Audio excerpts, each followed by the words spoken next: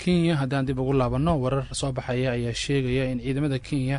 ay albaabada isugu dhufteen xawaalado ay leeyihiin shirkado ganacsi oo Soomaaliyeed ilaa 5 xawaaladood ayaa la sheegay oo magaalada Nairobi ku yaala in ciidamada Kenya ay tageen kadibna ay albaabada isugu dhufteen maalmahan xawaaladuhu aad bay u shaqeeyaan maadaama bisha barakeysan Ramadaan lagu guda jiro Soomaalida inta ugu badanna xawaaladaha ay lacagaha ku kala dirsadaan wararkeena soo socda ayaad ku maqli doontaan wixii ku soo kordhay hadii la yiraahdo iyadoo ay jirto xiisad siyaasadeed oo dhaxaysa Soomaaliya iyo Kenya ayaa haddana dawladda Kenya waxa ay doonaysaa in culays siyaasadeed iyo kicin dadweyne inay dib uga laabato dacwadda dhanka badda ah ee hortaala maxkamadda cadaaladda adduunka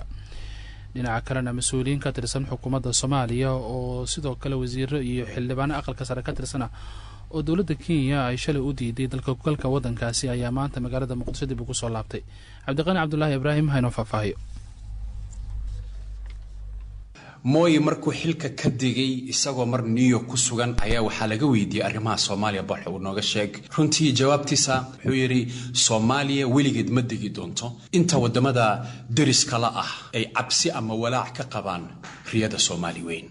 waa hadal uu madaxweynihii hore ee Kenya Moi Kibaki ka sheegay Soomaaliya mar wax laga weydiiyay maalmihii u dambeeyay Kenya ayaa sii kordhisay cadaadiska siyaasadeed ee ay saarayso Soomaaliya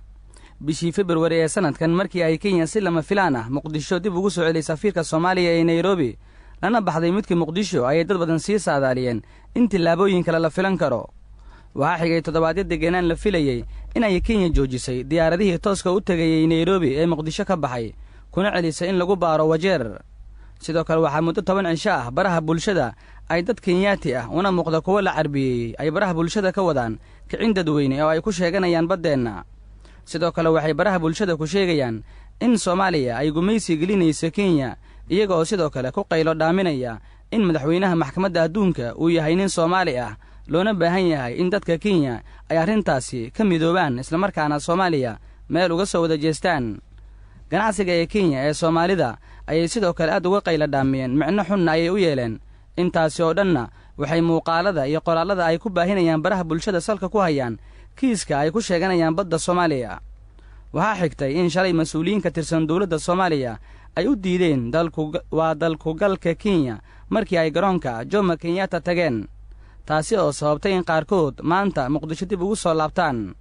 sidoo kale muddooyinkii u dambeeyay cadaadiska Kenya ayaa aad loo hadalhayay ay ku hayso dawladda Soomaaliya toddobaadyadii la soo dhaafay dhaqdhaqaaqyada ay Kenya samaysay waxaa ka mid ah in Somaliland ay qaar ka mid ah mas'uuliyiinta xisbiyada diyaarad gaar ah uga qaaday Hargeysa geysayna Nairobi kuna shirisay halkaasi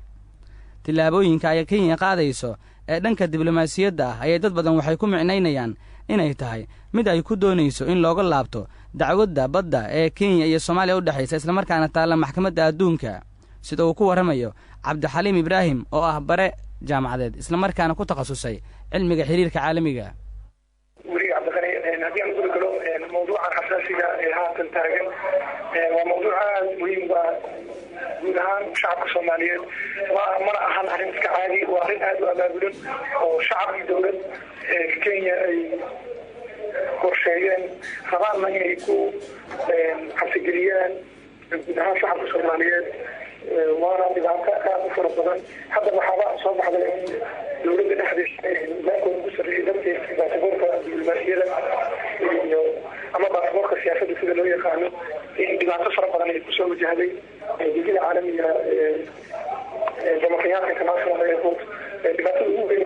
waxa weeyaan in loo diiday la qadari waayay inay gudaha u galaan laakiin nasiib darro meesha laga rabay in dadka hogaamiyaasha mas'uuliyiinta meeshaasi joogay lagu adkeeyey waxaa aad u habboonaan lahayd inay ka soo laabtaan kadib danaha kale ay leeyihiin oo muhiim haddii ay jiraan oo aan laga baaqsan karin baasaboorradooda ay ku baxaan laakiin isla meeshii goobtii bay ku bedesheen taasna waa guuldarro usoo weetay guud ahaan shacabka Soomaaliyeed waana dhibaato aad u xanuun badan barnaamijkaana waxaa ka dambeeyo haddii nuqulka guud haddii lasoo koobo wax kale maaha waxaa cadaadis diblomaasiyadeed ugu saarayaa shacabka Soomaaliyeed iyo guud ahaan dowladda Soomaaliyeed waa cadaadis la saaraya cadaadiskaas waxaa cilmi diblomaasiyada lagu dhahaa diplomatic pressure ama cadaadis diblomaasiyadeed marka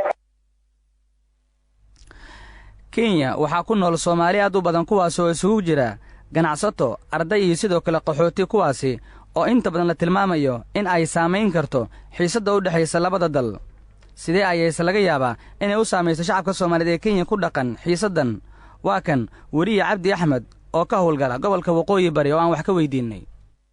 Soomaalidu way aragti dheer tahay. hantidan islii taalo, hantidan taalo Westlands,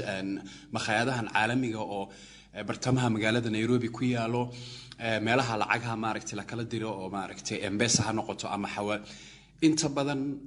waxay ku diiwaangelis, yani markii la tixraaco wax Ingiriisiga ay dhahaan paper trail yaa ku qoran iyo muwaadin xaguu ka soo jeeda. inta badan waxaad moodaa dad Kenyaan ah inay magacahooda ku qoran yihiin, ama xitaa siyaasiyiin Soomaaliya hadday yihiin waa siyaasiyiin oo basaboor ajnabi haysto, Sweden ama Denmark ama Mareykanka. marka haddii dowladda Kenya isku daydo inay farageliso, dabcan safaaradaha maaragtay unbaa loo waraa muwaadin maaragtay Mareykan baan ahay, waa dowladda Kenya ayaa isoo faragelinaysa ganacsigeega. marka saameyn weyn kuma yeelan doonto, laakiin waxaan u maleynayaa go'aanka Soomaaliya ka soo bixi doona haddii arrintan ay sii jiitanto. dowladda Soomaaliya ayaa lagu wadaa in saacadaha soo aadan ay warka soo saarto xiisadda mar kale dib u soo cusboonaanaysa ee Soomaaliya iyo Kenya, sida ay wareedyo ku waramayaan. dhanka Kenya ayaa lagu eedeynayaa in ay ka gudbayso xadka derisnimo iyo sidoo kale diblomaasiyaddii loo baahnaa in lagu wajaho xaaladahan oo kale. Kenya ayaa ku eedeysan inay doonayso qayb ka mid ah badda Soomaaliya, taasi oo haatan ay dacwadeedu taallo maxkamadda adduunka. si la mid ah Kenya waxay ku eedeysan tahay burburinta xarumo ganacsi oo gudaha dalkeena ku yaala.